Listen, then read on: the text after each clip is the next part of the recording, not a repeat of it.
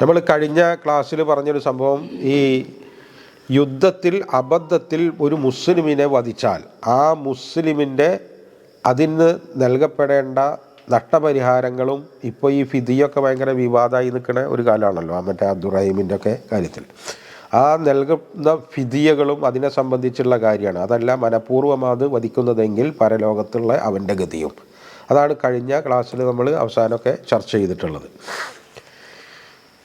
ഇനി നമ്മൾ ഈ മുജാഹിദ്, ഇത് ഏറെ തെറ്റിദ്ധരിക്കപ്പെട്ട ഒരു സംഭവമാണ് ഈ മുജാഹിദ് എന്ന് പറയുന്നത്. നമ്മുടെ അവിടെ എന്ന് പറഞ്ഞാൽ മുജാഹിദ് വിചാരിച്ച ആൾക്കാരെന്തോ വിചാരിച്ചൊരു സംഘടനയാണെന്നാണ്. വേറൊരു കൂട്ടർക്ക് മുജാഹിദ് എന്ന് പറഞ്ഞാൽ തീവ്രവാദികളാണ്. അതായത് ധാരാളം തെറ്റിദ്ധരിപ്പിക്കപ്പെട്ടുകൊണ്ടിരിക്കുന്ന ഒരു പദമാണ് മുജാഹിദ്. വാസ്തവത്തിൽ ജഹദ എന്ന് പറയുന്ന അതിൻ്റെ മൂലവാക്കിൽ നിന്നാണ് ഈ മുജാഹിദും മുജാഹിദീനും ഒക്കെ ഉണ്ടാവുന്നത്. ജഹദ എന്ന് പറഞ്ഞാൽ ക്ലേശം, ശക്തി, ദാർഢ്യം, അധ്വാനം, പരിശ്രമം, ഇങ്ങനെയൊക്കെയുള്ള അർത്ഥത്തിലാണ് ഈ ജഹദ. ഇപ്പോൾ മുജ്തഹിദ് എന്ന് പറഞ്ഞാൽ ആരാ? മുജ്തഹിദ് എന്ന് പറഞ്ഞാൽ ഇപ്പോൾ ഖുർആനോ സുന്നത്തോ കൃത്യമായിട്ട് ഒരു നിയമം ഒന്നും കൃത്യമായി വ്യക്തമായി പറയാത്തിടത്ത് അതിൻ്റെ രണ്ടിൻ്റെയും അടിസ്ഥാനത്തിൽ നിയമങ്ങളൊക്കെ ഉരുത്തിരിഞ്ഞിരിക്കുന്ന ആളുകൾക്കാണ് മുജ്തഹിദ് എന്ന് പറയുന്നത്. മുജ്തഹിദ് അതായത് ആ രംഗത്ത് വലിയ ത്യാഗപരിശ്രമങ്ങളൊക്കെ നടത്തുന്ന ആളുകൾ. അപ്പോൾ മുജാഹിദ് എന്ന് പറഞ്ഞിട്ടുണ്ടെങ്കിൽ ശരിക്ക് ത്യാഗപരിശ്രമങ്ങൾ നടത്തുന്ന ആളാണ്. അള്ളാഹുവിൻ്റെ മാർഗത്തിൽ ത്യാഗപരിശ്രമങ്ങളിൽ ഏർപ്പെടുന്ന ആൾ. അത് ചിലപ്പോൾ യുദ്ധമാവാം, ചിലപ്പോൾ പിശാചുമായിട്ടുള്ള യുദ്ധമാകാം, ചിലപ്പോൾ സ്വന്തത്തോടുള്ള യുദ്ധവുമാവാം. ഏത് നിലക്കും ഒരു മുസ്ലിം എന്ന് പറയുന്നത് എല്ലായ്പ്പോഴും ഒരു മുജാഹിദായിരിക്കും. അത് ഉറപ്പാണ്. ഏതെങ്കിലും ഒരു രംഗത്ത് അയാൾ മുജാഹിദായിരിക്കും.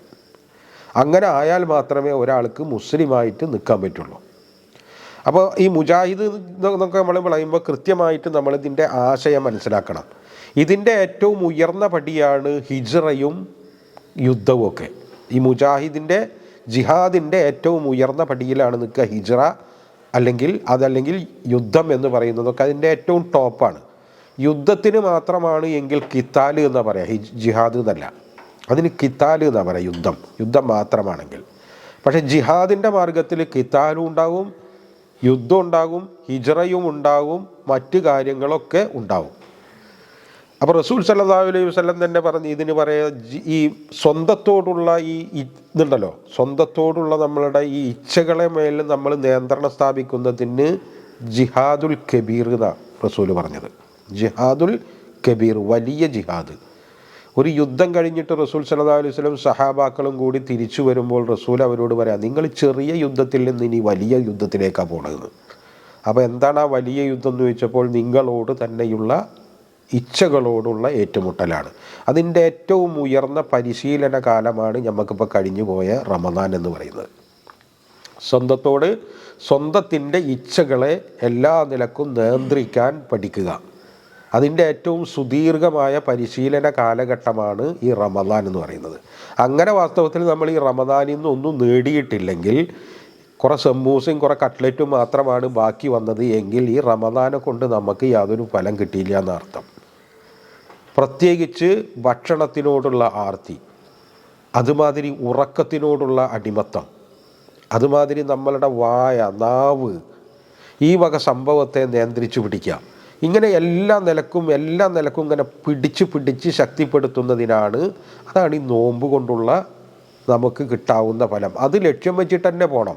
നമ്മൾ കുറേ പട്ടിണി ഇടുന്ന് വിചാരിച്ചാൽ പട്ടിണി അടിക്കാൻ പഠിക്കുന്നല്ലാതെ അത് ഭക്ഷണം കൂടുതൽ കണ്ടാൽ അങ്ങോട്ട് പോവുകയും ചെയ്യും. പക്ഷെ ആ കൃത്യമായ ലക്ഷ്യബോധത്തോടു കൂടെ ഓരോ റമദാനും ഓരോരുത്തരും ആസൂത്രണം ചെയ്തിട്ട് അങ്ങനെ ചെയ്യുകയാണെന്നുവെച്ചെങ്കിൽ, അതായത് ഇപ്പോൾ നമുക്ക് എല്ലാവർക്കും ഉണ്ടാവും ചില ദൗർബല്യങ്ങൾ. ഓരോ വർഷവും നമ്മൾ ഒന്നോ രണ്ടോ നമ്മളുടെ ദൗർബല്യത്തെ മുന്നിൽ വെക്കുക, എന്നിട്ട് അതിനെ നമ്മൾ പിടിക്കുക. ചിലപ്പോൾ നമുക്ക് വർത്തമാനം പറയുമ്പോൾ പിടുത്തം കിട്ടാത്ത സ്വഭാവങ്ങളുണ്ടാവും. അത് പറഞ്ഞാൽ പിന്നെ എന്നെ കൊണ്ട് പിന്നെ നിർത്താൻ പറ്റില്ല എന്നുണ്ടാവും.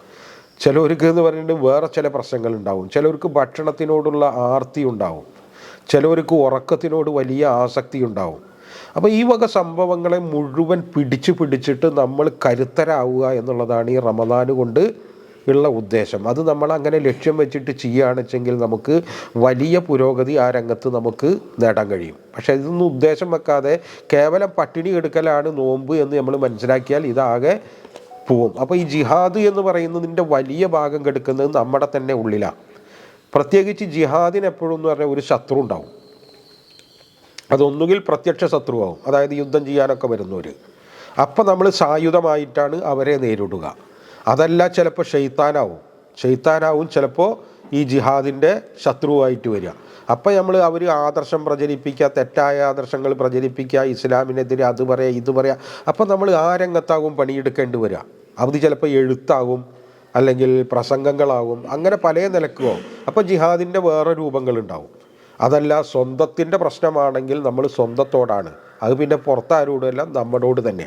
അപ്പോൾ ജിഹാദിൻ്റെ പല മാനങ്ങളുണ്ട്. ഇതിനൊക്കെ കൂടി പറയുന്ന വലിയ ഒരു വാക്കാണ് ജിഹാദ്. പ്രത്യേകിച്ച് അതിന് മലയാളത്തിൽ അങ്ങനെ നമുക്ക് ആ ആശയം ഉൾക്കൊള്ളാവുന്ന ഒരു പദമില്ല. ചിലർ മതയുദ്ധം എന്ന് പറയും, വിശുദ്ധ യുദ്ധം എന്ന് പറയും, ധർമ്മസമരം എന്ന് പറയും. എന്താണെങ്കിലും ഈ ജിഹാദ് എന്ന് പറയുന്ന ഈ ആശയത്തിനോട് ഒക്കുകയില്ല.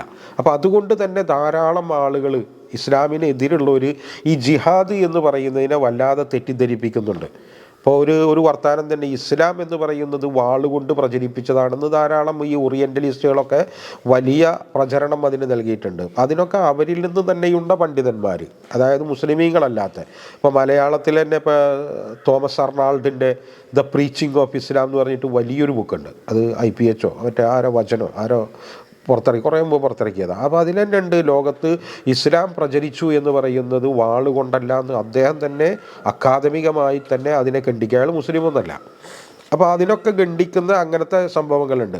ഇപ്പോൾ ഈ നിലവിലുള്ള ഒരു സാഹചര്യം തന്നെയാണ്. നമ്മളിപ്പോൾ ഈ ഖുർആൻ്റെ ഈ ക്ലാസ്സിൽ തന്നെ നമുക്ക് പലപ്പോഴും പറഞ്ഞിട്ടുണ്ട്, ഇസ്ലാം എപ്പോഴും ഉദ്ദേശിക്കുന്നത് സമാധാനമാണെന്നുള്ളതാണ്.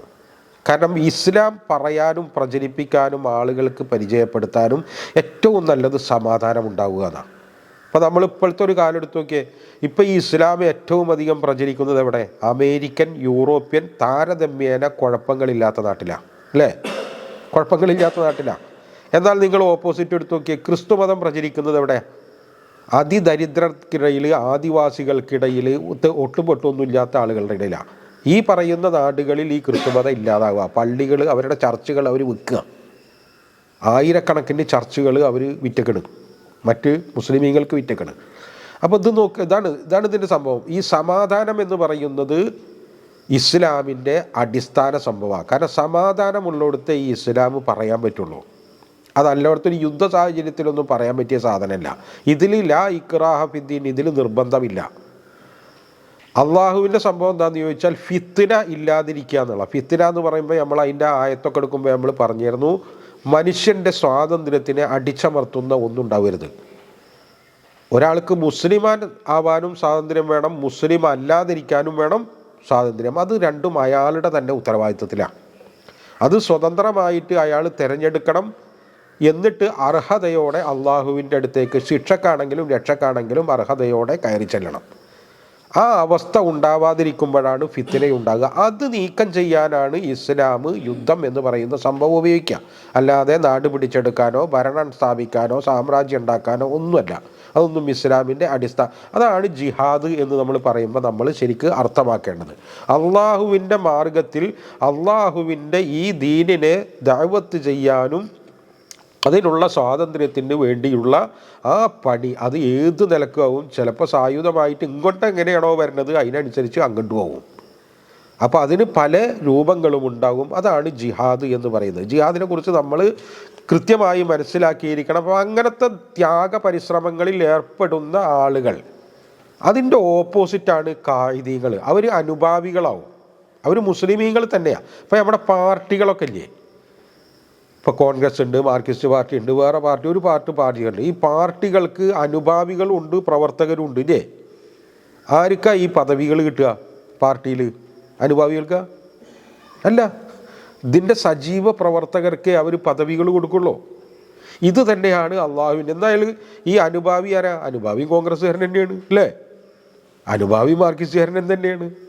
പക്ഷെ പദവികൾ വരുമ്പോൾ അവരുടെ സജീവ പ്രവർത്തകർക്കാണ് കിട്ടുക. എന്നതുപോലെ തന്നെ ഇസ്ലാമിലും അങ്ങനെ തന്നെയാണ്.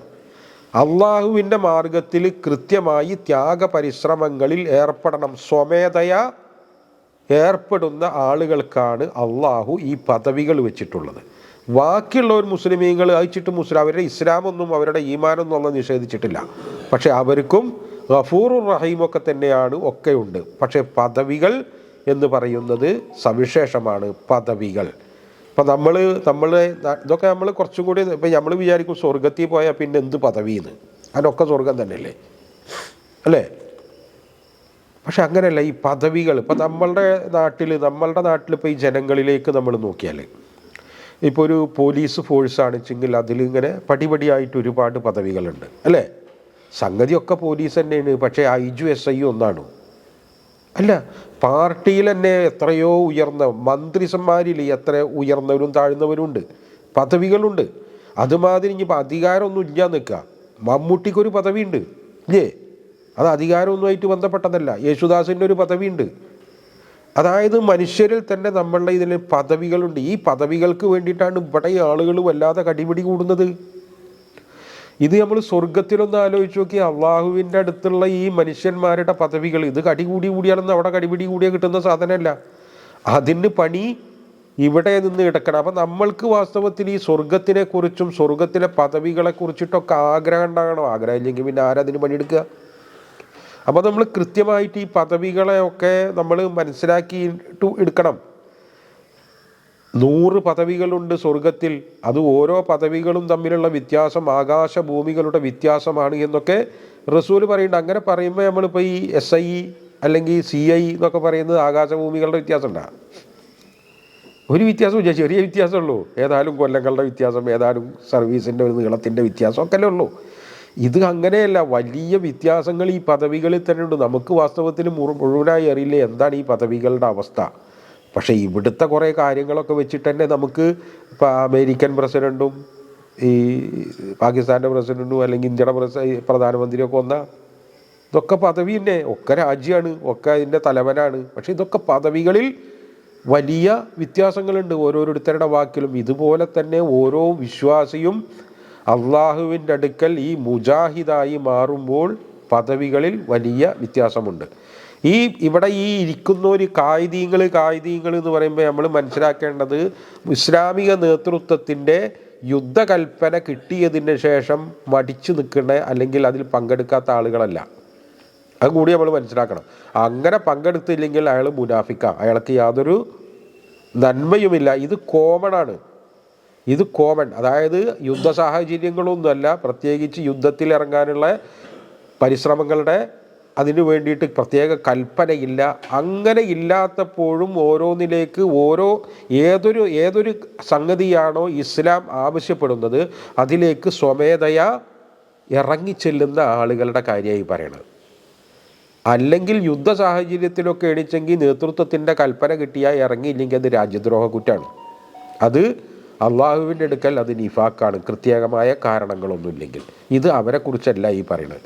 കാരണം ഇത് മൂമിനീങ്ങൾ അയാളുടെ ഈമാൻ നിഷേധിക്കുകയോ അയാൾക്ക് പ്രതിഫലമില്ല എന്ന് പറയുകയോ ചെയ്യുന്നില്ല. മറ്റവരുടെ പദവികളൊന്നും ഇവർക്ക് കിട്ടില്ല എന്നുള്ളതാണ് അത് പറയുന്നത്. അതാണ് ഈ 1-ാമത്തെ ആയത്തിൽ അള്ളാഹു നമ്മളിപ്പോൾ ഈ പറഞ്ഞതിൽ പറയുന്നത്. അവർക്ക് അള്ളാഹുവിൻ്റെ ഗഫൂറുർ റഹീമൊക്കെയാണെന്നുള്ളത് 2 കൂട്ടർക്കും ബാധകമാണ്. പക്ഷെ ദറജാത്തുകൾ അത് ഈ മുജാഹിദീങ്ങൾക്ക് മാത്രമുള്ളതാണ്. അതാണ് ദറജാത്ത്. ഇവിടെ ബഹുവചനത്തിലാണ് പിന്നെ ദറജാത്ത് പറയുന്നത്, പല വിധ പദവികൾ. മിൻഹു മഗ്ഫിറത്തൻ വറഹ്മ. മഗ്ഫിറത്തും റഹ്മത്തും ഒക്കെ കോമണാണ്. അത് മൂമിനീങ്ങൾക്ക് എല്ലാവർക്കും ഉള്ളതാണ്. അതാണ് വഅദല്ലാഹുൽ ഹുസ്ന, നന്മ എല്ലാവർക്കും അള്ളാഹു വാഗ്ദാനം ചെയ്തിരിക്കുന്നു എന്ന് പറയുന്നത്. പക്ഷേ മറ്റേ സംഭവം എന്ന് പറയുന്നത് ദറജാത്തുകൾ. നമ്മൾ ഈ ദറജാത്തുകൾക്ക് വേണ്ടിയിട്ടാണ് പണിയെടുക്കേണ്ടത്. അതായത് സ്വർഗം എന്ന് പറയുന്നത് എല്ലാം ഒരേ സംഭവമല്ല, ഒരു നിരപ്പാക്കിയ സാധനമല്ല. അതാണ് നിങ്ങൾ ചോദിക്കുന്നുണ്ടെങ്കിൽ ദറജാത്ത് ചോദിക്കേണ്ട ഈ ഫിർദൗസ് ചോദിച്ചോളി എന്നൊക്കെ അള്ളാഹുവിൻ്റെ റസൂല് നമ്മളെ പഠിപ്പിക്കുന്നത്. അത് വെറുതെ ചോദിക്കാമെന്ന് മാത്രമല്ല, അതിനനുസരിച്ച് അതിന് ലക്ഷ്യം വെച്ചിട്ട് പണിയെടുക്കും കൂടി ചെയ്യുമ്പോഴേ ഈ പ്രാർത്ഥനയൊക്കെ നിലനിൽക്കുന്നത് തന്നെ പണിയോടുകൂടിയാണ്. പണിയൊന്നും എടുക്കാതെ നിഷ്ക്രിയരായി ഇരുന്നിട്ട് കുറേ ദ്വയർന്നിട്ടൊന്നും പ്രത്യേകിച്ച് കാര്യമൊന്നും ഉണ്ടായിക്കൊള്ളണമെന്നില്ല. പണിയെടുക്കുക. ഈ വിശ്വാസവും അമലുസാലിഹാത്തും ഒന്നിച്ച് ഒന്നിച്ച് ചേർന്ന് വരണം. അതാണ് ഖുർആനൊക്കെ പറയുമ്പോൾ ഇന്നല്ലദീന ആമനു വഅമിലു സ്വാലിഹാത്തി എന്ന് പറയുന്നത് ചേർത്ത് പറയുന്നത്. രണ്ടും കൂടിയാകുമ്പോഴേ ഒരു വിശ്വാസി യഥാർത്ഥത്തിൽ രൂപപ്പെടുകയുള്ളൂ. അല്ലാതെ വെറും ബുദ്ധിപരമായ ഒരു ആശയം കൊണ്ടൊന്നും ഒരു വിശ്വാസി ഉണ്ടാവുകയില്ല. ഇനി പറയുന്നത് ഹിജ്റയെ സംബന്ധിച്ചാണ്.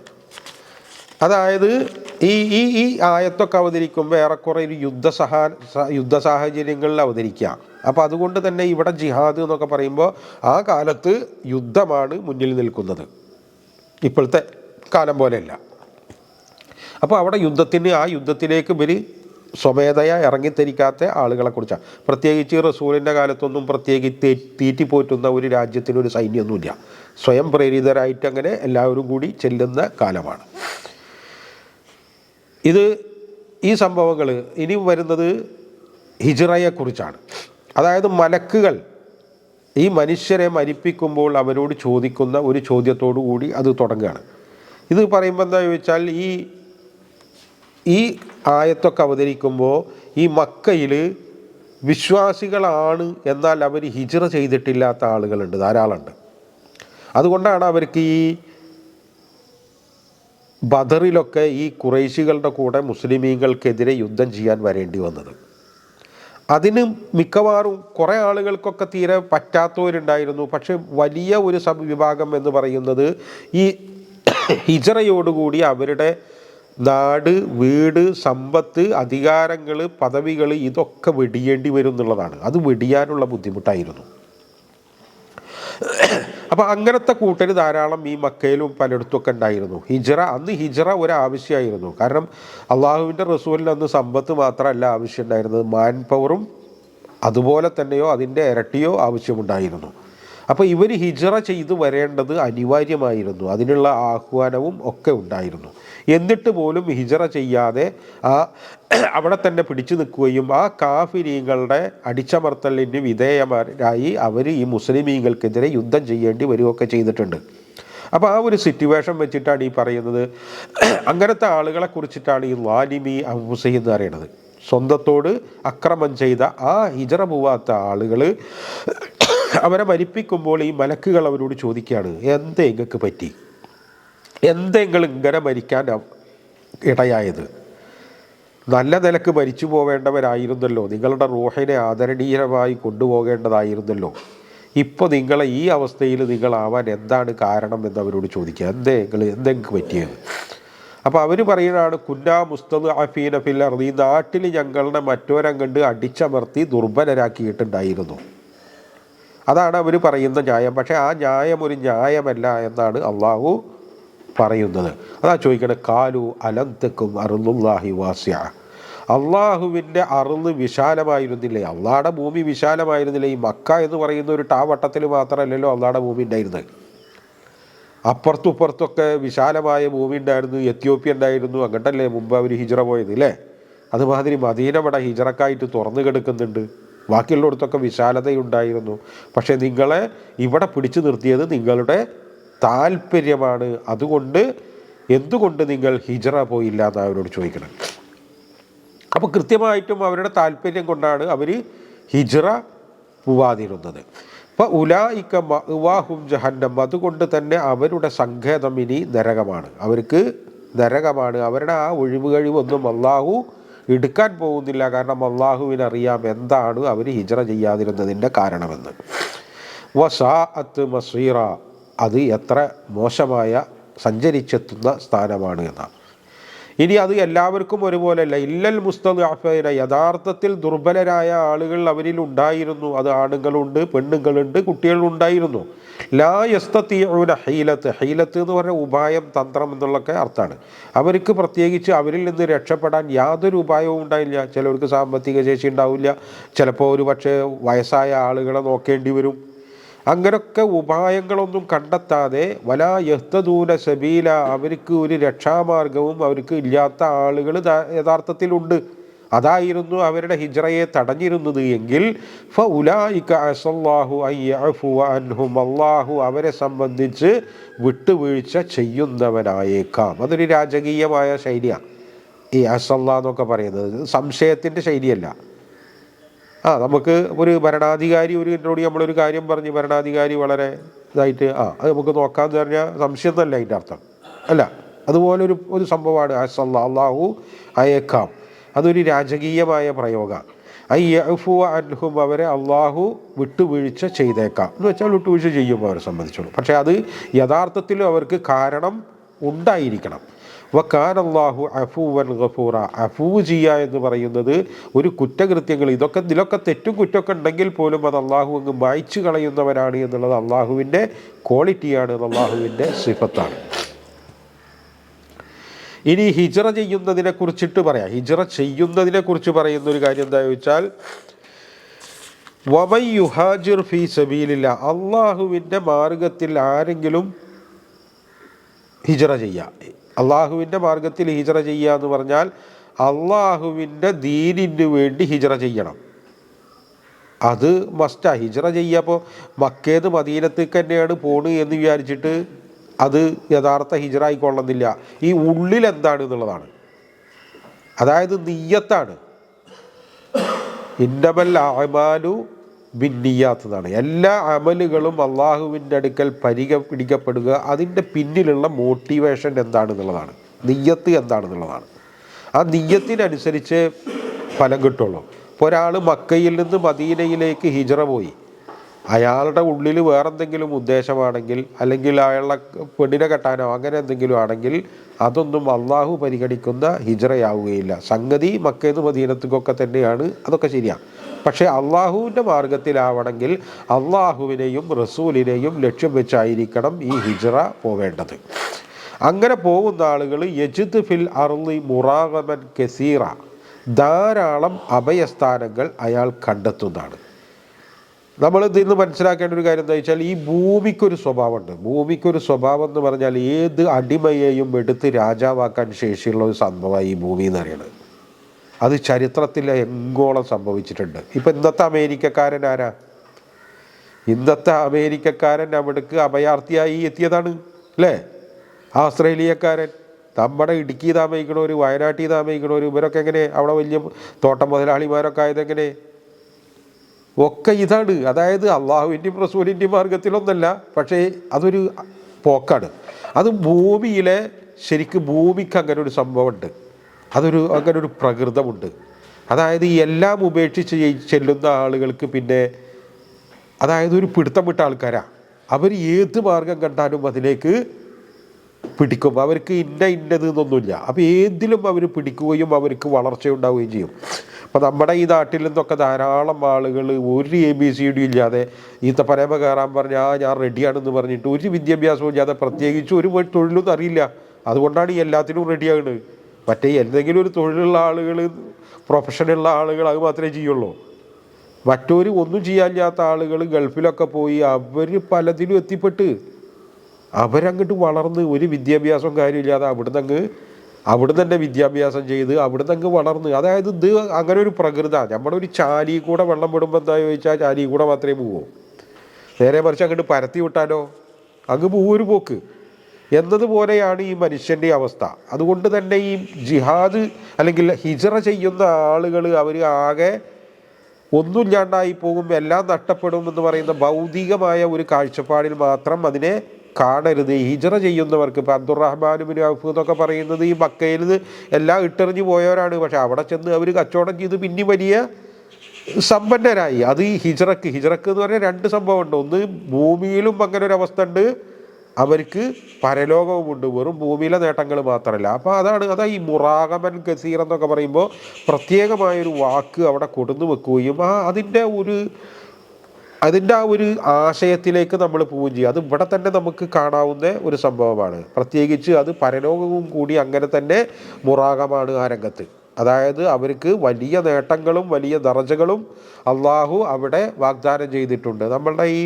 നമ്മുടെ നാട്ടുകളിലൊക്കെ നമ്മൾ ഈ വലിയ വലിയ സമ്പന്നരും ഓരോരുത്തരൊക്കെ ആയവരുടെ കാര്യങ്ങളൊക്കെ നമ്മൾ ആലോചിച്ചാൽ തന്നെ ഈ ഒരു സംഭവത്തിൻ്റെ ആ സംഭവം നമുക്ക് മനസ്സിലാക്കാൻ എളുപ്പമുണ്ട്. അപ്പോൾ ഈ മുറാഗമൻ എന്ന് പറയുന്നതിന് പ്രത്യേക ആശയമുണ്ട് എന്ന് ഞാൻ അതുകൊണ്ടാണ് പറയുന്നത്. അതുമാതിരി തന്നെ വിശാലതയും സഅത്തും കാണാം. ഇപ്പം മക്കയിൽ നിന്ന് ഒരാൾ ഓടിപ്പോകുമ്പോൾ ശത്രുത, കുടുസ്, അല്ലേ? എന്തെല്ലാം പീഡനങ്ങൾ അനുഭവിച്ചിട്ടാണ് അവിടെ അയാൾ നിൽക്കുന്നുണ്ടാവുക. പക്ഷെ അയാൾ വേറൊരുത്തിലേക്ക്, ഇപ്പോൾ മക്കയിൽ നിന്ന് ഒരാൾ മദീനയിലേക്ക് ഹിജറ പോയാൽ അവിടെ ആ കുടിസുകളൊന്നുമില്ല. മറ്റൊരു സഹോദരനായി അയാളുടെ സ്വത്ത് ഇയാൾ പങ്കുവെക്കുന്നു. എന്തെല്ലാം വിശാലതയാണ് അയാൾക്ക് കിട്ടുന്നത്. അത് ശരിക്കും മദീനയിൽ അനുഭവിച്ചതല്ലേ, ചരിത്രം അനുഭവിച്ചതാണ്. അത് ആ മദീനയിൽ അങ്ങനെ അനുഭവിച്ചതാണ്. വേറെ ഉള്ളിടത്തൊക്കെ ഇപ്പോൾ ആ അർത്ഥത്തിൽ അങ്ങനെ ഉണ്ടായിട്ടുണ്ടോ എന്ന് ചോദിച്ചാൽ നമുക്ക് പറയാൻ പറ്റില്ല ഉണ്ടായിട്ടുണ്ടെന്ന്. കാരണം ഇപ്പോൾ ഈ ഓരോരുത്തരും മുന്നിൽ നിൽക്കണ ഒരു ശത്രു അവിടെ കാലവും മിക്കവാറുണ്ടാകും. പക്ഷെ മദീനയിൽ നമുക്ക് ഉറപ്പായിട്ട് പറയാം അങ്ങനെയല്ല ഉണ്ടായത്. പല ഭാര്യമാരുണ്ടായിരുന്ന ആളുകൾ ഭാര്യമാരെ വിവാഹമോചനം ചെയ്തിട്ട് മറ്റവർക്ക് കല്യാണം കഴിച്ചു കൊടുത്ത സംഭവങ്ങൾ വരെ ഉണ്ട് അതിൽ. കാരണം അത്രയും വലിയ വിശാലത ആ സമൂഹത്തിന് ഈ മുഹാജിറുകൾക്ക് ഇവിടുന്ന് പോയവർക്ക് അവിടെ കിട്ടുകയുണ്ടായി. കാരണം എല്ലാം ഉപേക്ഷിച്ച് പോയെങ്കിലും അവരുടെയൊക്കെ ഉള്ളതൊക്കെ അവർ പങ്കുവെച്ചു. പക്ഷേ എന്നാൽ പോലും ആർക്കാ കൂടുതൽ ശ്രേഷ്ഠ ഉണ്ടാകുക? മുഹാജിറുകൾക്ക്, അൻസാരികൾക്ക് ഉണ്ടാകുക? മുഹാജിറുകൾക്ക് ഉണ്ടാവുക. കാരണം അവരാണ് എല്ലാം തെഞ്ചത്. മറ്റത് ഉള്ളത് പങ്കുവെക്കുക വിട്ടു. ഇതങ്ങനെയല്ല. ഈ ഉള്ളതൊക്കെ കൊണ്ട് വിട്ടെറിഞ്ഞ് പോവുക എന്ന് പറഞ്ഞാൽ, ഒന്നും മുന്നിൽ കാണാതെ അങ്ങ് പോവുക എന്ന് പറഞ്ഞാൽ, അള്ളാഹുവിനെ മാത്രം മുന്നിൽ കണ്ടു പോകാൻ കുറച്ച് പണിയുള്ള ഏർപ്പാടാണ്. അപ്പം അതുകൊണ്ട് തന്നെ അവർക്ക് ദറജകൾ കൂടുതലുണ്ട്. പണിയെടുക്കുന്നതിനനുസരിച്ചാണ് ദറജ. അതാണ് അത്. ഇവിടെയൊക്കെ അങ്ങനെ തന്നെയാണ്. എന്താണോ ഇസ്ലാം എന്താണോ നമ്മളോട് ആവശ്യപ്പെടുന്നത് ആ പണിയെടുക്കണം. ആ പണിയെടുക്കുമ്പോഴാണ് ഈ ദറജ എന്ന് പറയുന്ന സംഭവങ്ങൾ ഉണ്ടാകുക. അല്ലെങ്കിൽ ഇപ്പോൾ നമ്മൾ തിന്നാനും കുടിക്കാനും ഒക്കെ സ്വർഗത്തിലുണ്ട്, ഒരുവിധ സംഭവങ്ങളൊക്കെ അവിടെയുണ്ട്. പക്ഷെ അവിടെ ഈ തീറ്റും കൂടിയല്ല. കാരണം അവിടെ വിശപ്പില്ല. സ്വർഗത്തിൽ വിശപ്പില്ല, ദാഹവുമില്ല. എന്നാൽ തീറ്റും കൂടിയുണ്ടെന്ന് പറയുമ്പോൾ ആസ്വാദനങ്ങളാണ്. ഈ ദറജ എന്ന് പറയുന്നത് വലിയ ആസ്വാദന. 96 വയസ്സായിട്ടും ഞാൻ പ്രധാനമന്ത്രിയാവും എന്ന് പറഞ്ഞ് കുത്തിരിക്കണത് വെറുതെ എന്താസ്വദിച്ചിട്ടാ? ദറജ, പദവികൾ വലിയ ആസ്വാദനമാണ്. അത് പദവി വഹിച്ചവനക്കേ അതറിയുള്ളൂ. പദവി വഹിക്കാത്തവനക്ക് അതിനെ പറ്റിയിട്ട് വലിയൊരു വിലയൊന്നും ഉണ്ടാവില്ല. ഇപ്പോൾ ഖുർആനിലൊക്കെ പറയുമ്പോൾ അവിടെ വീഞ്ഞുണ്ട്. വീഞ്ഞ് കുടിക്കാത്തവന് എന്ത് വീഞ്ഞ്? വീഞ്ഞ് കണ്ടിട്ടോ കേട്ടിട്ടോ കുടിച്ചിട്ടോ ഇല്ലാത്തവന് വീഞ്ഞിന് വല്ല ആഗ്രഹം ഉണ്ടാവുമോ? ഉണ്ടാവില്ല. നേരെ മറിച്ച് ഒരു അറബിയോട് പറയുമ്പോൾ അറബിയുടെ വായിൽ വെള്ളം വരും. കാരണം അയാൾ വീഞ്ഞ് കുടിച്ച് പരിചയമുള്ളവനാണ് എന്നതുമാതിരി തന്നെ ഈ പദവി എന്നൊക്കെ പറയുമ്പോൾ നമുക്കത് പദവിയൊന്നും നമുക്ക് ഇല്ലെങ്കിൽ പോലും ഈ പദവിനെ കുറിച്ച് നമുക്ക് മനസ്സിലാക്കാൻ പറ്റുമല്ലോ ഇല്ലേ? അതാണ് ഞാൻ മമ്മൂട്ടിയുടെയും യേശുദാസിൻ്റെയും ഒക്കെ കാര്യം പറഞ്ഞത്. അവർ പ്രത്യേകിച്ച് അധികാരമൊന്നും ഉള്ളവരല്ല, പക്ഷേ പദവിയുണ്ട്. ആ പദവിനെ അവർ ശരിക്കും ആസ്വദിക്കുന്നുണ്ട് ഇല്ലേ? അത് തന്നെ. അത് നമ്മളും അതൊക്കെ കുറച്ചൊന്ന് ആലോചിച്ച് നോക്കണം, ഈ പദവിയൊക്കെ. അപ്പോൾ റസൂലിൻ്റെ അടുത്തേക്കൊക്കെ നമ്മൾ കണ്ട് കയറി ചെല്ലുക എന്നൊക്കെ പറയുന്നത് ഒരു പദവി തന്നെയല്ലേ അല്ലേ? ഇപ്പോൾ എറണാകുളത്ത് പണ്ട എന്താണ് ചങ്ങായിയൊക്കെ ഉണ്ടായിരുന്നില്ല, ആ MP ഒക്കെ ആയിരുന്ന ആൾ ഇന്ദിരാഗാന്ധിയുടെ വീട്ടിലേക്കൊക്കെ ഉണ്ട് ആ തിരുത്ത മീനൊക്കെ ആയിട്ടാണ്ട് കയറി ചെല്ലും എന്നൊക്കെ നമ്മൾ ആ കാലത്ത് കേൾക്കാം. കരുണാകരൻ്റെ വീട്ടിലേക്കൊക്കെ എപ്പോഴും കയറി ചെല്ലാനുള്ള അധികാരമുണ്ട് എന്നൊക്കെ പലരും പറ്റി പറയില്ലേ? ഇതൊക്കെ പദവികളാണ്. ഇങ്ങനെ കുറേ പദവികൾ. ഇതൊക്കെ സ്വർഗത്തിലെ പദവി എന്ന് പറഞ്ഞാൽ ചില്ലറ പദവിയാവില്ല. അപ്പോൾ അള്ളാഹുവിൻ്റെ ലിഖാഹ് എന്നൊക്കെ പറയുന്ന സംഭവങ്ങളുണ്ട്. അപ്പോൾ അങ്ങനത്തെ ഒരുപാട് അത്യുന്നതങ്ങളായ പദവികൾ അതൊക്കെ വിശ്വാസത്തിൻ്റെ പല തലത്തിലും അതൊക്കെ നമ്മളെ കൊതിപ്പിക്കും. ഇപ്പം നമുക്ക് വേണ്ടത്ര ഒന്നും വില കൽപ്പിക്കണില്ല എന്ന് വെച്ചാൽ വിശ്വാസത്തിന് നമ്മളത്ര താഴ്ത്തൊക്കെ എടുക്കണമെന്ന് നമ്മൾ മനസ്സിലാക്കിയാൽ മതി. അതാ സംഭവം. അതുകൊണ്ടാണല്ലോ ഈ സ്വർഗത്തിൽ എത്തിയ ആളുകളെ നിങ്ങൾക്ക് ഞാൻ ഇനി എന്താണ് ചെയ്തു തരേണ്ടതെന്ന് ചോദിച്ചപ്പോൾ ഇനിയിപ്പോൾ എന്താ ചെയ്യാൻ? അപ്പോൾ അവർക്ക് പിന്നെ റബ്ബിൻ്റെ ലിഖാ ആണ് അള്ളാഹു വാഗ്ദാനം ചെയ്യുന്നത്. കാരണം ഇതൊക്കെ അള്ളാഹ് നമ്മളോട് പറയുമ്പോൾ നമുക്കും വേണ്ട ഒരു കൊതി ഇതിനൊക്കെ ഇല്ലേ? നമുക്ക് ഒന്നും വലിയ കാര്യമില്ലടോ എന്ന് അറിഞ്ഞിട്ട് അങ്ങനെയാണല്ലോ ചില സൂഫികൾ. സ്വർഗം ദുഃഖിൻ്റെ ആകർഷിപ്പിക്കണില്ല, നിൻ്റെ ആ പ്രണയാണ് എന്നൊക്കെ പറഞ്ഞിട്ട് ചെറുതാക്കി കാണിക്കുന്ന ചില സംഭവങ്ങളുണ്ട്. അപ്പോൾ നമ്മളും ഇതിലൊക്കെ ഈ പദവി എന്താണെന്നുള്ളതൊക്കെ നമ്മളൊന്ന് ആലോചിച്ച് ആ പദവികൾക്കൊക്കെ വേണ്ടി നമ്മൾ ആഗ്രഹിക്കുകയും കൊതിക്കുകയും ചെയ്യുമ്പോഴാണ് നമ്മളെക്കൊണ്ട് പറ്റിയ പണിയൊക്കെ എടുക്കാൻ, അത് ഏതെങ്കിലും ഒരു നിലക്ക് ജിഹാദ് ചെയ്യാൻ പറ്റിയാത്ത ആളുകൾ ഉണ്ടാവില്ല. അപ്പോൾ സമ്പത്ത് കൊണ്ടും ദേഹം കൊണ്ടും ചെയ്യാൻ പറ്റാത്ത ആളുകളുണ്ടാവും. പക്ഷെ ഒന്നുപോലെ സമ്പത്ത് കൊണ്ട് ചെയ്യാൻ പറ്റും, അതല്ലാത്തവർക്ക് ദേഹം കൊണ്ട് ചെയ്യാൻ പറ്റും. ജിഹാദ് എന്ന് പറഞ്ഞാൽ അപ്പോൾ യുദ്ധം മാത്രമല്ലല്ലോ അല്ലേ? ആ മാൻ പവർ ആവശ്യമുള്ള നിരവധി മേഖലകൾ ഈ ഇസ്ലാമിക രംഗത്തുണ്ട്. അതിലൊക്കെ പോയിട്ട് നമ്മൾ സാധ്യമായതൊക്കെ ചെയ്യുമ്പോൾ ആ ഒരു പദവിയിലേക്ക് നമ്മളും എത്തും. യുദ്ധം ആവശ്യമാകുമ്പോൾ യുദ്ധം എന്നൊന്നും ഹിജ്റ പറയുമ്പോൾ എപ്പോഴും ആവശ്യമുള്ള സാധനമല്ല. അതൊക്കെ അനിവാര്യമായി എപ്പോഴെങ്കിലും വന്നെങ്കിലായി എന്നുള്ളൂ. പക്ഷെ ബാക്കിയുള്ള ഈ ജിഹാദുകളൊക്കെ ബാക്കി കിടക്കുന്നുണ്ട്. അതൊക്കെ എപ്പോഴും ആർക്കും ചെയ്യാവുന്നതാണ്. അതാണ് ആ രംഗം പറയാണ്. അവരുടെ ആ റൂഹുകളെ പിടിക്കുമ്പോൾ അവർ ആ മലക്കുകൾ ചോദിക്കുകയാണ്. അപ്പോൾ ഇവർ പറയുന്ന മറുപടിയാണ് വസാത്തൻ വമൻ യഖ്റുജു മിൻ ബൈത്തിഹി, ആരെങ്കിലും ഹിജ്റ അള്ളാഹുവിലേക്കും റസൂലിലേക്കും ഹിജ്റ ഉദ്ദേശിച്ച് ആരെങ്കിലും വീട്ടിൽ നിന്ന് ഇറങ്ങിയാൽ ആ പടി പൂർത്തിയാവണമെന്നില്ല എന്നാണ്. ആ പടി പൂർത്തിയാവണമില്ല. അതാണ് വമിൻ ശരി അല്ലദീ യുവസ്വിസു ഫീ സുദൂരിന്നാസ് ഇല്ലേ. നമ്മൾ എന്താ ഈ സുദൂരിന്നാസ്? ഇപ്പം നമ്മൾ ഈ മനസ്സുകൾക്ക് പല അവസ്ഥകളുണ്ട്. ഇപ്പം കൽബുണ്ട്, ഫുആദുണ്ട്, സ്വദറുണ്ട്. ഇതൊക്കെ നമ്മൾ മനസ്സ് എന്നൊക്കെ പറയുന്ന അർത്ഥത്തിലാണല്ലോ പറയാം. പക്ഷെ കൽബ് എന്നൊക്കെ പറയുമ്പോൾ ഒരു പ്രാഥമിക ഘട്ടമുണ്ട്. അതിന് കോമണായിട്ട് നമ്മൾ പറയുമ്പോൾ ഒരു പ്രാഥമിക ഘട്ടമുണ്ട്. മനസ്സിലേക്ക് കയറി വരിക, നല്ലതും ചീത്തതും കയറി വരിക, നമുക്ക് നിയന്ത്രണമില്ലാത്തൊരു ഘട്ടമുണ്ട് അതിൽ. നേരെ മറിച്ച് ഫുആദ് എന്നൊക്കെ പറയുമ്പോൾ നമ്മൾ അതിനെ ചിന്തിക്കുകയും അതിനെ മനസ്സിലാക്കുകയും അത് വേണമെന്നൊക്കെ ഒരു ബുദ്ധിപരമായൊക്കെ തീരുമാനമെടുക്കുന്നൊരവസ്ഥ ഉണ്ട് ഫുആദ് പറയുമ്പോൾ. സ്വദർ എന്ന് പറയുമ്പോൾ അങ്ങനെയല്ല. സ്വദർ എന്ന് പറയുമ്പോൾ നമ്മൾ ആ മനസ്സിലാക്കിയ കാര്യം അങ്ങോട്ട് തീരുമാനിച്ചിട്ട് അങ്ങോട്ട് മുന്നിട്ടിറങ്ങുമല്ലോ. ആ ഘട്ടത്തിലാണ് പിശാച് ഏറ്റവും ഇടപെടുക. അതുകൊണ്ടാണ് അവിടെ വമിൻ ശരിൽ വസ്വാസിൽ ഖന്നാസ് അല്ലദീ യുവസ്വിസു ഫീ സുദൂരിന്നാസ്. അപ്പം ഞാൻ എൻ്റെ വീട്ടിലിരുന്നിട്ട് ബുദ്ധിപരമായിട്ട് ഇങ്ങനെയാണ് പല കാര്യങ്ങളൊക്കെ ചിന്തിക്കുന്നു, അത് ശരിയല്ല. ഇപ്പോൾ ഫാസിസത്തിനെതിരെ പോരാടണം, അങ്ങനെ ആക്കണം എന്നൊക്കെ പറഞ്ഞിട്ട് നമ്മൾ സ്വന്തം ചിന്തിച്ച് മനസ്സിലാക്കിയിരിക്കുക. നേരെ മറിച്ച് ആ ഒരു പരിപാടിക്ക് ഇറങ്ങുമ്പോൾ നിങ്ങളുടെ വീട്ടിലേക്ക് പോലീസ് വരും ഇല്ലേ? അപ്പോഴാണ് പ്രശ്നം. സദർ, നമ്മൾ സദർ മുഅല്ലിം എന്നൊക്കെ പറയില്ലേ, കാര്യങ്ങൾ നടപ്പാക്കുക ആണുള്ള പടി അല്ലേ? ഇതേപോലെ നമ്മൾ സുദൂരിന്നാസ് ഉണ്ട്. നമ്മൾ കാര്യങ്ങളെ നടപ്പാക്കുക, അതിനു വേണ്ടി അങ്ങ് മുന്നിട്ടിറങ്ങുക. ഇറങ്ങിക്കഴിഞ്ഞാൽ അള്ളാഹുടെ അടുത്ത് അതിൻ്റെ ഫക്കത് വക്ക അജുറുഹു ഇലല്ലാ. അതിൻ്റെ മുമ്പ് അത് സംഭവിക്കില്ല. അതിൻ്റെ മുമ്പേ വിചാരിച്ചോണ്ടൊന്നും സംഗതി സംഭവിക്കില്ല. ഈ സദറിൻ്റെ അവസ്ഥയിലേക്ക് നമ്മളങ്ങ് എത്തുമ്പോൾ പിന്നെ അയാളുടെ ആ പണി പൂർത്തിയാവണമെന്നില്ല. ഇതിനെക്കുറിച്ചിട്ട് റസൂൽ പറഞ്ഞൊരു കഥ പറയാം. ഒരു കുറ്റവാളിയായ ഒരാൾ റസൂൽ സല്ലല്ലാഹു അലൈഹി വസല്ലം അടുക്കൽ വന്നിട്ട്, അയാൾ 99 ആളെ അങ്ങ് കൊന്നിട്ട് വന്നിട്ട് അല്ലാത്തൊരു ജ്ഞാനിയുടെ അടുക്ക വരികയാണ്. അങ്ങനെ ആ ജ്ഞാനിയോട് ചോദിക്കുക, എനിക്ക് തൗബയുണ്ടോ എന്ന് ചോദിച്ചു. വേറെ കുറച്ച് സുധീർ കണ്ടി, ഞാൻ അതിൻ്റെ മൊത്തം കണ്ടന്റ് പറയാം. അപ്പോൾ ആ ജ്ഞാനി പറയാണ്, അന്നെ അള്ളാഹുവിൻ്റെ കാരുണ്യത്തിൽ നിന്ന് എന്ത് തടയാനാണ്? നീ ഒരു കാര്യം ചെയ്യേ, കുറച്ച് നല്ല ആളുകളൊക്കെ താമസിക്കുന്നത്, ഇനിയിപ്പോൾ ഈ 99 ആളെ കൊന്ന ആളുകൾ ഇനിയിപ്പോൾ എൻ്റെ നാട്ടിലേക്ക് തിരിച്ചു പോയാൽ അവരിഞ്ഞിപ്പോൾ ഈ എത്ര എന്തായാലും എന്നെ അംഗീകരിക്കൂല, അവർ എന്നെ ആ കൊലപാതകി. അതുകൊണ്ട് നീ നല്ല ആളുകൾ താമസിക്കുന്ന ഒരു നാട്ടിലേക്ക് നീ പൊയ്ക്കോ എന്ന് പറഞ്ഞിട്ട് പറഞ്ഞേക്കാണ്. ആ പോണ പോക്കിൽ അങ്ങോട്ട് എത്തനാകാട്ടി മുമ്പ് അയാൾ മരിച്ചു. അയാൾ മരിച്ചപ്പോൾ 2 വിഭാഗം മലക്കുകൾ ഇതിനെ കൊണ്ടുപോകാൻ തർക്കത്തിലാണെന്നാണ്. കാരണം ഇയാളുടെ പണി കഴിഞ്ഞിട്ടില്ല, ഇയാൾ നല്ല നാട്ടിൽ പോയിട്ട് നല്ലപോലെ ആയിട്ടില്ല.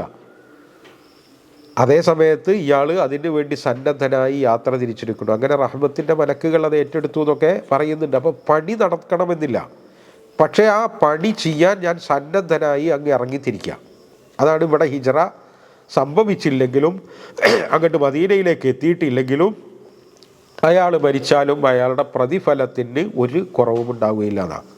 അയാൾ എന്തൊക്കെ ഇനി ഇത് കഴിഞ്ഞിട്ട് നല്ലത് ചെയ്യാനുണ്ടായിരുന്നോ അതൊക്കെ അയാളുടെ പേരിൽ അള്ളാഹു എഴുതി ചേർക്കും. അതൊക്കെ ഇതിൻ്റെ ഭയങ്കര വലിയ പ്രതീക്ഷകളാണ്. അപ്പോൾ നമ്മളിപ്പോൾ ഒരു കാര്യത്തിന് ഇറങ്ങിത്തിരിച്ച് അതിലിടക്ക് മരിക്കേ അല്ലെങ്കിൽ കൊല്ല് എന്തെങ്കിലും ചെയ്തെന്ന് വിചാരിച്ചിട്ട് നമ്മൾ അയ്യത്തടാന്ന് വിചാരിക്കേണ്ട. ഈ ഇറങ്ങിത്തിരിക്കലാണ് കാര്യം.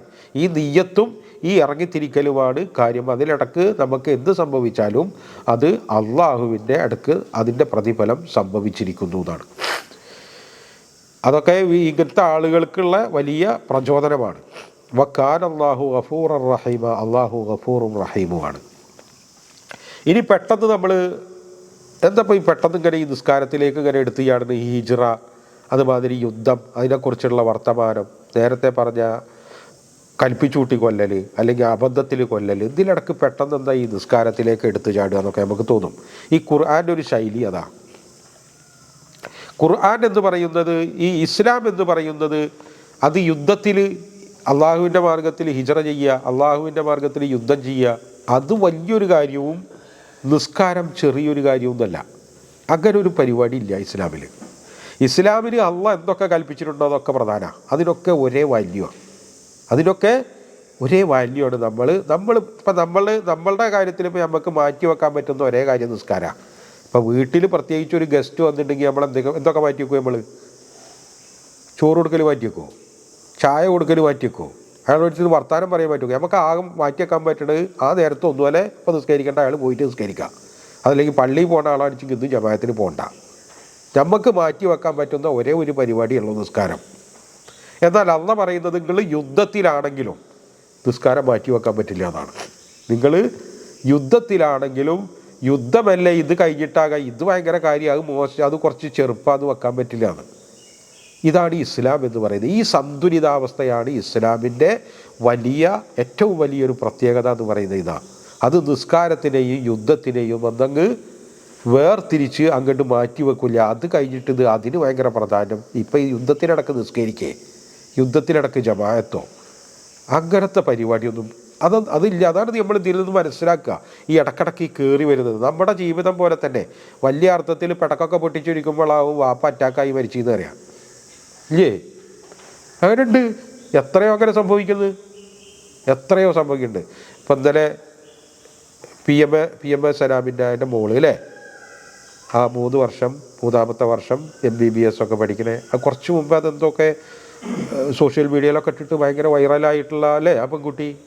അദ്ദേഹമാണെങ്കിൽ വാപ്പയടിച്ചെങ്കിൽ ജയിലിലാണ് അല്ലേ, അതിന് പരോള് കിട്ടി. കണ്ട എത്ര വേഗമാണ് കാര്യങ്ങൾ ആകെ മാറി മറിയുന്നത്. കണ്ട ജീവിതം പോലെ ഇതുപോലെ തന്നെയാണ് ഖുർആനും, ഇതുപോലെ തന്നെയാണ് ഖുർആനും. വലിയ ആഘോഷം നമ്മൾ ആഘോഷിക്കുമ്പോൾ ആ സംഭവങ്ങളെ അങ്ങ് മാറ്റിമറിച്ചിട്ടന്ന് കയറി വരുന്നു. ഇതേപോലെ തന്നെ യുദ്ധത്തിലിടക്ക് നമസ്കാരവും കയറി വരുന്നു. അങ്ങനെയാണ് ഇതിൻ്റെയൊക്കെ ഒരു ഘടന അള്ളാഹു പറയുന്നത്.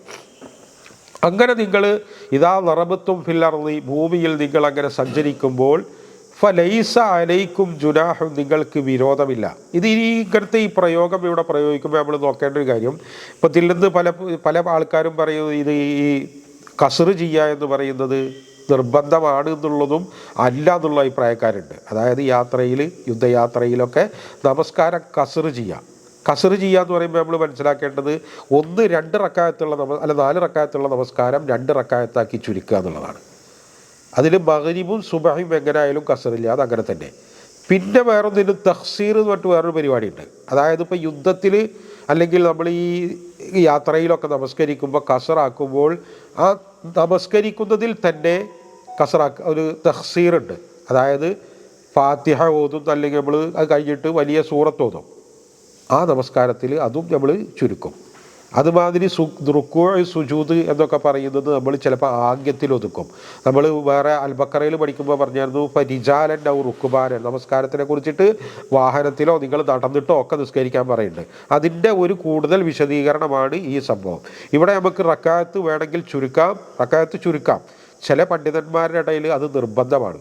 അതായത് യാത്രയിലാണെങ്കിൽ നിങ്ങൾ ഈ കസറ് ഉപയോഗിച്ചു കൊള്ളണം. അപ്പോൾ ഇവിടെ ലൈസ അലൈക്കും ജുനാഹ്, നിങ്ങൾക്ക് വിരോധമില്ല എന്ന് പറയുമ്പോൾ നിങ്ങൾക്ക് വേണമെങ്കിൽ ചെയ്താൽ മതി എന്നുള്ള ഒരർത്ഥമാണ് ചിലർ എടുത്തക്കട്. പക്ഷേ നമ്മൾ ഹജ്ജിനെ കുറിച്ച് പറയുമ്പോൾ ഇന്ന സഫാ വൽ മറുവത്ത മിൻ ശആഇരില്ലാഹി ഫമൻ ഹജ്ജൽ ബൈത അവി അത്തമറ ഫലാ ജുനാഹ അലൈഹി എന്നാണ്. അതായത് ആ സഫയുടെയും മറുവയുടെയും ഇടക്ക് നിങ്ങൾ സായി ചെയ്യുന്നതിന് വിരോധമില്ല. അത് വെച്ചിട്ട് ഒഴിവാക്കാൻ പറ്റുമോ? അത് ഹജ്ജിൻ്റെ വാജിബുകളിൽ പെട്ടതാണ് അല്ലേ. അപ്പോൾ അവിടെയും ഉപയോഗിച്ചത് നിങ്ങൾക്ക് വിരോധമില്ലാതെ അതേ പ്രയോഗം തന്നെയാണ് ഇവിടെയും വിചാരിക്കുക. കാരണം ചില ആളുകളുടെയൊക്കെ മനസ്സിലുള്ളൊരു കാര്യം, നമ്മളിപ്പോൾ പലരുടെ കൂടെ യാത്ര ചെയ്യുമ്പോൾ കുറച്ചൊക്കെ അറിവുണ്ട് എന്ന് വിശ്വസിക്കുന്ന ആളുകൾ തന്നെയും ഈ ജമ്മു കസറൊന്നും ആക്കാൻ കൂട്ടാക്കില്ല. അതെന്താ അവർക്കൊരു മോശപ്പെട്ട പരിപാടി മാതിരിയാണ് തോന്നുക. അതായത് നമുക്ക് ഇനിയിപ്പോൾ അവിടെ അങ്ങോട്ട് ചെന്നിട്ട് ഇഷ്ടംപോലെ സമയമുണ്ടല്ലോ, അയച്ചിട്ട് നമ്മൾ എന്തിനങ്ങനെ ചെയ്ത് എന്നൊക്കെ പല ന്യായങ്ങളും അതിനെക്കുറിച്ച് പറയാം. പക്ഷേ റസൂൽ സല്ലല്ലാഹു അലൈഹി വസല്ലം ഏത് യാത്രയിലാണെങ്കിലും റസൂൽ സല്ലല്ലാഹു അലൈഹി വസല്ലം ഈ കസറാക്കിയിരുന്നു എന്നാണ്. അപ്പോൾ അതുകൊണ്ട് തന്നെ ഇവിടെ അങ്ങനെ പറയുമ്പോൾ ആളുകളുടെ മനസ്സിൽ ഇപ്പോൾ നിസ്കാരമല്ലേ, അതിപ്പോൾ ആകെ ഇപ്പോൾ 2 റക്അത്ത് കുറച്ചപ്പോൾ എന്താപ്പോൾ ഇത് കിട്ടാൻ പോണ്, അങ്ങനെയൊക്കെ പല ധാരണകളും കയറി വരുന്നിട്ട് അത് സാധാരണ യാത്രകളിൽ ഉപയോഗിക്കാറില്ല. അപ്പോൾ അതിനെക്കുറിച്ചിട്ട് പറയുമ്പോൾ അതുകൊണ്ടാണ് അവിടെ ഉപയോഗിച്ച ആ പദം തന്നെ ഇവിടെയും ഉപയോഗിക്കുന്നത്. സാധാരണഗതിയിൽ എന്താ ചോദിച്ചാൽ നമ്മൾ യാത്ര എന്ന് പറയുമ്പോൾ എത്രത്തോളം അതുണ്ട് എന്നൊക്കെ ഉണ്ട്. ചിലർ പറയുന്നത് 3 ദിവസത്തെ യാത്ര വേണം, ചിലർ 4 ദിവസത്തെ 5 ദിവസത്തെ, അതുമാതിരി കിലോമീറ്ററുകൾ 100 50 എന്നൊക്കെ പറഞ്ഞിട്ട് പലതുണ്ട്. പക്ഷേ ഇതിലൊന്നും റസൂൽ കൃത്യമായിട്ട് ഒരു ദൂരമോ അല്ലെങ്കിൽ ഒരു കിലോമീറ്ററിൻ്റെ കണക്കോ ഒന്നും റസൂൽ സല്ലല്ലാഹു അലൈഹി വസല്ലം പറഞ്ഞിട്ടില്ല. അപ്പോൾ അതുകൊണ്ട് തന്നെ നമ്മളുടെയൊക്കെ ഇപ്പോഴത്തെ കാലത്ത് എന്ന് പറയുന്നത്, ഇപ്പോൾ വയനാട്ടിൽ ഒരാൾ ഇവിടുന്ന് കാറിൽ പോകണമെന്നും ഒരാൾ എമിറേറ്റ്സിന് പോകണമെന്ന് പറഞ്ഞാൽ അയാൾ പോയിട്ട് 2 പ്രാവശ്യം തിരിച്ചടിച്ചാലും വയനാട്ടുകാരെ അവിടെ എത്തിയിട്ടുണ്ടാവില്ല. അപ്പോൾ ഇതൊന്നും പറഞ്ഞാൽ ഇപ്പോഴത്തെ കാലത്ത് പ്രത്യേകിച്ചും ഇതിനൊരു പ്രത്യേക ദൂരമൊന്നും കണക്കാക്കില്ല. യാത്ര എന്ന് പറയുന്ന നമ്മളൊരു ഉദ്ദേശിക്കുന്ന ആ ഒരു സംഭവത്തിൽ നമുക്കിത് ചെയ്യാം എന്നുള്ളതാണ് ദാവൂദുൽ ലാഹിരി എന്നൊക്കെ പറയുന്ന ആ പോലത്തെ പണ്ഡിതന്മാരൊക്കെ പറയുന്നതാണ് കുറേ കൂടുതൽ യുക്തിഭദ്രമായിട്ടുള്ളത്. ഒരു യാത്ര എന്ന് നമ്മൾ കണക്കാക്കുമ്പോൾ അവിടെ നമ്മളിത് ചെയ്യുമ്പോൾ എന്താ ചോദിച്ചാൽ വലിയ ആശ്വാസം ഉണ്ടാകുന്നു എന്നുള്ളതാണ് ഒരു കാര്യം. വലിയ ആശ്വാസമുണ്ട്. സംഗതി 2 റക്അത്ത് നിസ്കാരമെന്ന് പറഞ്ഞിട്ട് കാര്യമില്ല. വലിയ ഒരു ഉത്തരവാദിത്വം നമ്മൾ നിർവഹിച്ചു കഴിഞ്ഞു എന്നുള്ള ആ ഒരു സംഭവത്തിൽ കൂടെയാണ് നമ്മൾ അത് പോവുക. തന്നെയുമല്ല, ഇപ്പം ഞാൻ എന്ന് പറഞ്ഞാൽ UAE പ്രധാനമന്ത്രിയുടെ കൂടെ കുറേ കാലം പണിയെടുത്തുള്ള ആളാണ്. ഇപ്പം എൻ്റെ അർബാബ് മുതലാളി എന്ന് പറയുന്ന ആൾ എനിക്കൊരു ഗിഫ്റ്റ് തന്നാൽ ഞാൻ മൂപ്പരോട് പോയിട്ട് വേണ്ടാന്ന് അറിയോ? എനിക്കിപ്പോൾ ആവശ്യമില്ല എന്ന് പറഞ്ഞാൽ എന്താ അതിൻ്റെ അർത്ഥം? അതിൻ്റെ അർത്ഥം എന്ന് വെച്ചാൽ അയാളെ നമ്മൾ ധിക്കരിച്ചു എന്നാണ്, അല്ലേ? അങ്ങനെയല്ലേ? അതങ്ങനെയാണ്. നമ്മളിപ്പോൾ ഒരു വലിയ ആളുടെ അടുത്ത് ചെല്ലുന്നു, വലിയ ഒരാളുടെ അടുത്ത്, ഒരു ഷെയ്ഖിൻ്റെ അടുത്ത് അല്ലെങ്കിൽ ഒരു മന്ത്രി, പ്രധാനമന്ത്രിയുടെ അടുത്ത്, പ്രധാനമന്ത്രി അദ്ദേഹം വില കൽപ്പിച്ചിട്ട് നമുക്ക് എന്തെങ്കിലും ഒരു ഗിഫ്റ്റ് തന്നാൽ ഇപ്പൊക്ക് വേണ്ടാന്ന് അറിയോ? അങ്ങനെ പറയാൻ പാടില്ല. ഇത് റസൂൽ അതിനെക്കുറിച്ച് പറഞ്ഞത് അള്ളാഹു നിങ്ങൾക്ക് ചെയ്ത ദാനമാണെന്നാണ്, സദക്കയാണ്, അത് നിങ്ങൾ സ്വീകരിച്ചു കൊള്ളുക എന്നാണ് പറയുന്നത്. അതാണ് അതിൻ്റെ മര്യാദ. നമ്മൾ പിന്നെ അതിക്ക് പറ്റും 4 റക്അത്ത് നിസ്കരിക്കാൻ പറ്റും, ഞാൻ പോയ ടൈമുണ്ട്, അങ്ങനെയല്ല. അള്ളാഹു ഒരു ഇളവ് തരുമ്പോൾ അതിൽ നമ്മൾ മനസ്സിലാക്കാത്ത നിരവധിയായ കാര്യങ്ങളുണ്ട്. അത് മനസ്സിലാക്കിയിട്ട് അള്ളാഹു തരുന്നതെന്തും അള്ളാഹു തരുന്നതാണെന്നുള്ള വാല്യൂയോടുകൂടി നമ്മൾ അതിനെടുക്കണം. എന്നിട്ട് അതിനെ നമ്മൾ ജീവിതത്തിൽ ഒരു സുന്നത്ത് നമ്മൾ ഹയാത്താക്കുകയാണ്. അതായത് റസൂലിൻ്റെ ഒരു ചര്യ നമ്മളിങ്ങനെ നിരന്തരം ഈ യാത്ര ചെയ്യുമ്പോൾ നമ്മൾ ഇതാക്കുകയാണ്. അതാണ് നമ്മൾ ഇതിൽ നിന്ന് മനസ്സിലാക്കേണ്ടത്. അതുകൊണ്ട് തന്നെ യാത്ര ആര് ചെയ്യുമ്പോഴും ഈ കസുറൊക്കെ നമ്മൾ ഉപയോഗിക്കണം. അതാണ് ഏറ്റവും നല്ലത്. അത് ഒഴിവാക്കിച്ചിട്ട് കുറ്റമൊന്നുമില്ല, പക്ഷേ അത് ഏറ്റവും അഫ്ളൽ അതാണ് എന്നുള്ളത് എല്ലാ പണ്ഡിതന്മാരും ഏകോപിച്ച് പറഞ്ഞിരിക്കുക. ഇപ്പോൾ ഈ കസറാക്കുകയാണെന്നൊക്കെ പറയുമ്പോൾ നമ്മളിപ്പോൾ ഒരു യാത്ര ചെയ്യുമ്പോൾ നമ്മളിപ്പോൾ അമേരിക്കയിലേക്ക് പോകുന്നു, നമ്മൾ ദുബൈയിൽ ഇറങ്ങുന്നു, ഒരു 3 ദിവസം നമ്മൾ ദുബൈയിൽ നിൽക്കുക. ഈ 3 ദിവസം നമുക്ക് കസറാക്കാം. അതിന് കൂടുതലായാൽ പറ്റില്ല എന്നൊക്കെ ഉണ്ട്. പക്ഷേ അത് 3 ദിവസം അല്ലെങ്കിൽ 10 ദിവസം എന്നൊക്കെ പറയുമ്പോൾ നിശ്ചിതമായൊരു കാലയളവ് ഉണ്ടെങ്കിലാണ്, നമ്മൾ തീരുമാനിച്ചിട്ട് ഉണ്ടെങ്കിലാണ്. അതായത് നമ്മളിപ്പോൾ പോണ പോക്കിൽ ദുബൈയിൽ ഇറങ്ങേണ്ട ഒരു കാര്യമുണ്ട്, അവിടുന്ന് ഒരു കാര്യം നടക്കാണ്ട്, ആ കാര്യം നടന്നാൽ ഞാൻ അപ്പം പോകും എങ്കിൽ നിങ്ങൾക്ക് അങ്ങനെയുള്ള അവസ്ഥകളിൽ സഹാബാക്കൾ 1 കൊല്ലം വരെയൊക്കെ ഇത് കസർ ഉപയോഗിച്ചിട്ടുണ്ടെന്നാണ്. അതായത് യാത്രയിലെ ആ നിപ്പ് അനിശ്ചിതമാണെങ്കിൽ എത്ര വേണമെങ്കിലും നിങ്ങൾക്ക് ഈ കസർ ഉപയോഗിക്കാമെന്നാണ്. ഇതൊക്കെ പണ്ഡിതന്മാരുടെ ഇടയിലുള്ള ചർച്ചകളാണ്. ഇതൊക്കെ കൂടി നമ്മൾ മനസ്സിലാക്കേണ്ട ഒരു കാര്യങ്ങളാണ്. കാരണം വലിയ ഇളവുകളാണ് അള്ളാഹു നമുക്ക്, വലിയ ആശ്വാസങ്ങളാണ് ഈ സംഭവത്തിലൊക്കെ തരിക. അപ്പം നമ്മൾ ഇവിടുന്ന് തമിഴ്നാട്ടിലേക്ക് എവിടേക്കെങ്കിലും പോകുന്നു, ലോഹറിൻ്റെ സമയം നമ്മളൊരു പള്ളിയിൽ കയറുന്നു, അവിടുന്ന് നമ്മൾ ജമ്മും കസറും ആക്കിയിട്ട് നിസ്കരിക്കുന്നു, അസർ നിസ്കരിക്കുന്നു. അതിൻ്റെ അർത്ഥം എന്താണെന്ന് ചോദിച്ചാൽ ആ പോണ പോക്കിൽ വണ്ടി ഇടിച്ച് മരിച്ചു വെച്ചാൽ നമ്മൾ അസറും കൂടി നിസ്കരിച്ചിട്ടാണ് മരിച്ചത്, സമയമായിട്ടില്ല. അതായത് വലിയ ഇതൊക്കെ എന്ന് പറഞ്ഞാൽ ദീനിൽ വലിയ വിലയുള്ള സാധനമായി. നമുക്ക് വില ഉണ്ടോ ചെയ്യുന്നുള്ളതല്ല, ദീനിൽ വലിയ വിലയുള്ള സാധനങ്ങളാണ്. അപ്പോൾ ഈ കസറും ജന്മൊക്കെ ഇപ്പോൾ സാധാരണ നമ്മുടെ വളരെ ആളുകൾ ഇതൊന്നും ഒക്കെ ഒഴിവാക്കിയിട്ട് ചെയ്യുന്ന ആളുകളുണ്ട്. യാത്ര എത്ര പോവുകയാണെച്ചെങ്കിലും ഓരോ ഭക്തിനും അവിടെ ഇറങ്ങി അങ്ങനെയൊക്കെ ചെയ്യുന്നവരുണ്ട്. പക്ഷെ അങ്ങനെയല്ല ചെയ്യേണ്ടത്. നമ്മൾ കൃത്യമായും അതിനൊക്കെ എടുത്തിട്ട് ആ സുന്നത്തുകളെ ഹയാത്താക്കുകയും അള്ളാഹുവിൽ നിന്നുള്ള ആ സദക്കകളെ സ്വീകരിക്കുകയുമായി വേണ്ടത്. ഇവിടെ ശരിക്കും യുദ്ധത്തിൻ്റെ യാത്രയെ പറയുന്നുള്ളത് എല്ലാ യാത്രകളിലേക്കും ബാധകമാണ്. പിന്നെ കൂടുതൽ അതിനെ വിശദീകരിക്കുന്നത് റസൂലാണ്. റസൂൽ സല്ലല്ലാഹു അലൈഹി വസല്ലം വിശദീകരിച്ചത് എല്ലാ യാത്രകൾക്കും ബാധകമാണ്. ചിലരൊക്കെ പറഞ്ഞിട്ടുണ്ട്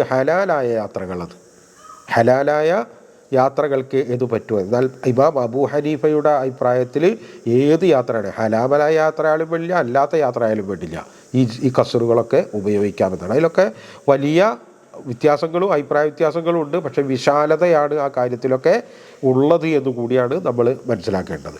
ഇന്നൽ കാഫിരീന കാഫിരീകൾ കാനൂലക്കും അദുവ്വൻ മുബീന, നിങ്ങൾക്ക് കാഫിരീകൾ പ്രത്യക്ഷനായ ശത്രുവാണ്. അത് നിങ്ങൾ മറക്കരുത്. നിങ്ങൾ നിസ്കരിക്കല്ലേ, ഇപ്പം നമ്മൾ ആക്രമിക്കൊന്നുമില്ല, കാരണം അള്ളാഹ് നമ്മളെ നോക്കുന്നുണ്ട്, ആ ഒരു മനസ്സിലൊന്നല്ല ഇരിക്കേണ്ടത്. ഇവിടെ ഭൂമിയിൽ എന്ന് പറഞ്ഞ കാര്യങ്ങൾ വേറെയാണ്. അപ്പോൾ അതുകൊണ്ട് തന്നെ നിങ്ങൾ നമസ്കരിക്കുമ്പോൾ യുദ്ധ നമസ്കാരമൊക്കെ വേറെ വരുന്നുണ്ട്. അപ്പോൾ അതിലേക്കുള്ള മുഖവുരയാണ് ഈ സാധനം. ഈ കാഫിരീകൾ നിങ്ങളുടെ അദുവാണെന്നുള്ള ആ ബോധം നിങ്ങളുടെ മനസ്സിലുണ്ടായിരിക്കണം. അത് നിങ്ങൾ നിസ്കരിക്കുകയാണെങ്കിലും ആ ബോധം കളയാൻ പാടില്ല. ഇനി നമ്മൾ യുദ്ധ നമസ്കാരമൊക്കെ പിറകേക്ക് വരുന്നുണ്ട്. അപ്പോൾ അതിലേക്കുള്ള സൂചന കൂടിയാണ് കാനൂലക്കും അദുവ്വൻ മുബീന. നമുക്കിവിടെ നിർത്താം. വആഖിറു ദഅ്വാനാ അനിൽ ഹംദുലില്ലാഹി റബ്ബിൽ ആലമീൻ. അസ്സലാമു അലൈക്കും വറഹ്മത്തുള്ളാഹി.